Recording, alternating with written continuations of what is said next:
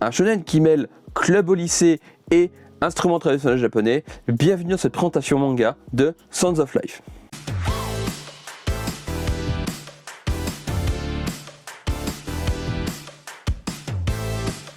Graou les gens, vous allez bien, c'est les Goshi et les Goshi. On se retrouve aujourd'hui donc pour la présentation du manga Sounds of Life. Sounds of Life est un shonen qui a commencé au Japon en 2012 avec actuellement 27 tomes en cours.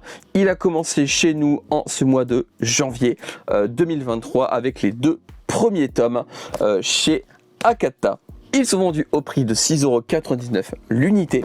Je vais donc commencer pour vous parler du scénario. On y suit le personnage de Takezo qui fait partie du club de koto dans son lycée. Le koto est un instrument traditionnel japonais qui est une sorte de harpe allongée. Voilà, où on y joue, c'est un instrument à cordes traditionnel japonais, très peu connu en dehors du Japon.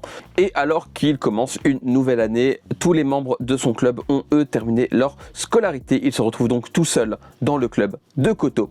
Et alors qu'il va devoir trouver des nouveaux membres pour son club, un élève qui a une assez mauvaise réputation appelé Shika va vouloir rejoindre son club. Il a des raisons personnelles et ces 2 personnages vont donc essayer de faire revivre le club de koto. Sounds of Life est un shonen qui part d'un postulat assez classique, un club dans un lycée, un club qui est un peu à l'abandon, des personnages qui vont vouloir le faire revivre. C'est, je l'entends bien, assez classique. Néanmoins, le fait que ça traite d'instruments traditionnels, c'est vraiment le gros point fort de ce manga. De 1 parce que ça reste assez rare des mangas qui parlent d'art traditionnel japonais, mais en plus c'est culturellement très intéressant. L'autrice de manga, Amu, est également une joueuse de koto depuis qu'elle a 3 ans si je dis pas de bêtises, et du coup elle connaît très bien l'instrument et elle en parle vraiment d'une très bonne manière. Elle nous apprend beaucoup de choses sur cet instrument dans ce manga. On apprend comment on en joue, comment on apprend à en jouer, comment il est fabriqué, et ce qui est bien c'est que, comme elle dit, c'est une partie de l'art du koto. Elle ne veut pas tout mettre dans le manga parce que, comme elle dit, c'est très complexe, il y a beaucoup de manières pour apprendre, beaucoup de manières pour en jouer. Et du coup, ce qui est bien, c'est que du coup, on va en apprendre un petit peu, mais ça nous incite également à nous renseigner également de notre côté. Et je trouve ça vraiment très intéressant. Le koto est vraiment le cœur du manga. C'est vraiment ce qui relie tous les personnages ensemble.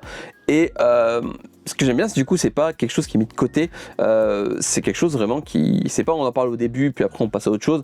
Pour l'instant, en 2 tomes, c'est vraiment au cœur vraiment du manga, à voir si ça continue par la suite. Mais j'aime beaucoup vraiment ce côté culturel. Pour moi, c'est le gros point fort de ce manga.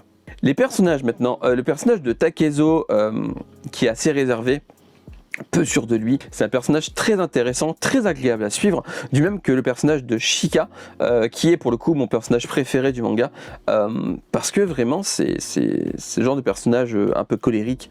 Il me fait penser un peu à Kyo dans Fruits Basket, si vous avez un peu la référence. En plus il est roux comme lui, il est sur la jaquette, il est là, voilà. C'est pour ça qu'il me fait un peu penser à Kyo, et du coup Takezo est sur le tome 2, juste ici.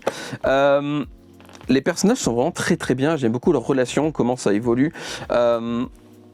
J'aime beaucoup les thèmes abordés également, en plus du koto, qui est le cœur du manga, je le rappelle, mais il y a d'autres thèmes, notamment les préjugés sur une personne. Je pense notamment au personnage de Shika, qui a très mauvaise réputation, on se rend compte que là, c'est plus sur des on-dit que des réelles sources. Ça parle aussi de l'héritage de la famille, ça parle de l'importance qu'on apporte aux souvenirs et aux moyens de vouloir les faire revivre. C'est vraiment un manga qui est beaucoup plus complet qu'il y paraît au premier abord. C'est pas juste un manga sur un club, c'est pas juste un manga sur la musique, c'est un manga qui est bien plus que ça, qui aborde plein de thèmes très intéressants, et j'aime beaucoup comment il les aborde et comment c'est amené. Il y a un troisième personnage qui arrive un peu plus tard dans les tomes, qui est une fille que je vous laisserai découvrir, qui s'appelle Satowa. C'est un personnage que j'aime beaucoup également, un peu moins au début, elle est introduite un peu comme une peste, et vous verrez quand vous lirez. Mais j'aime bien ce trio de personnages qui fonctionne pour moi très très bien.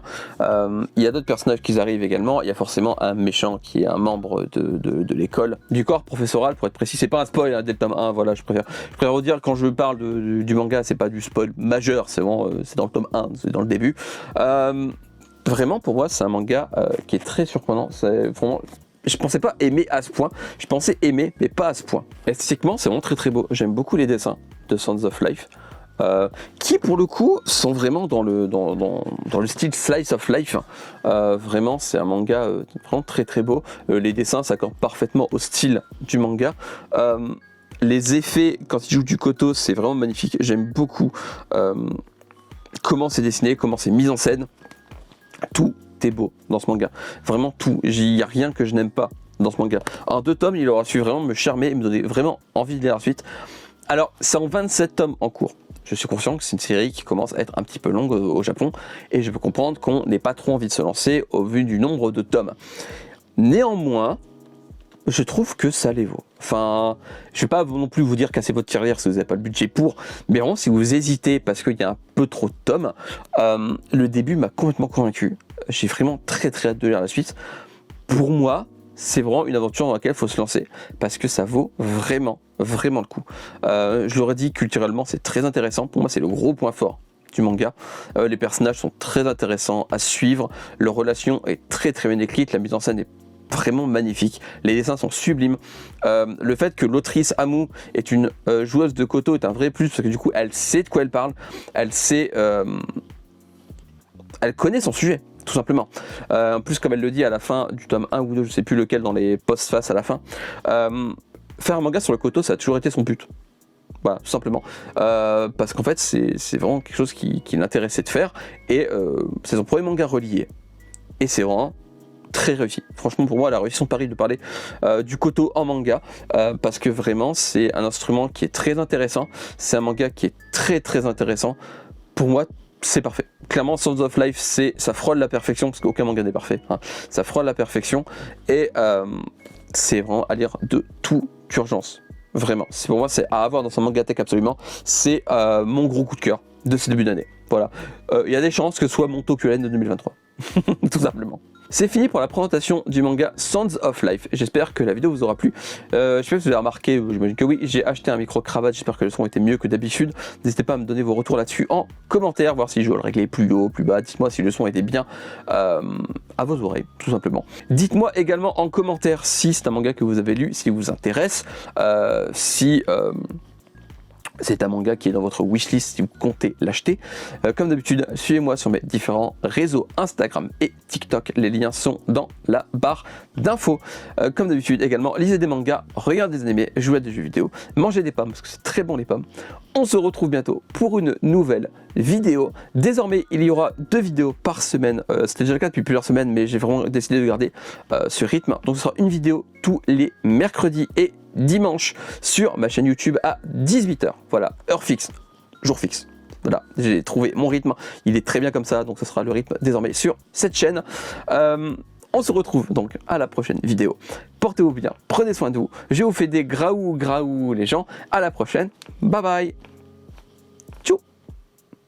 Et tchou tchou.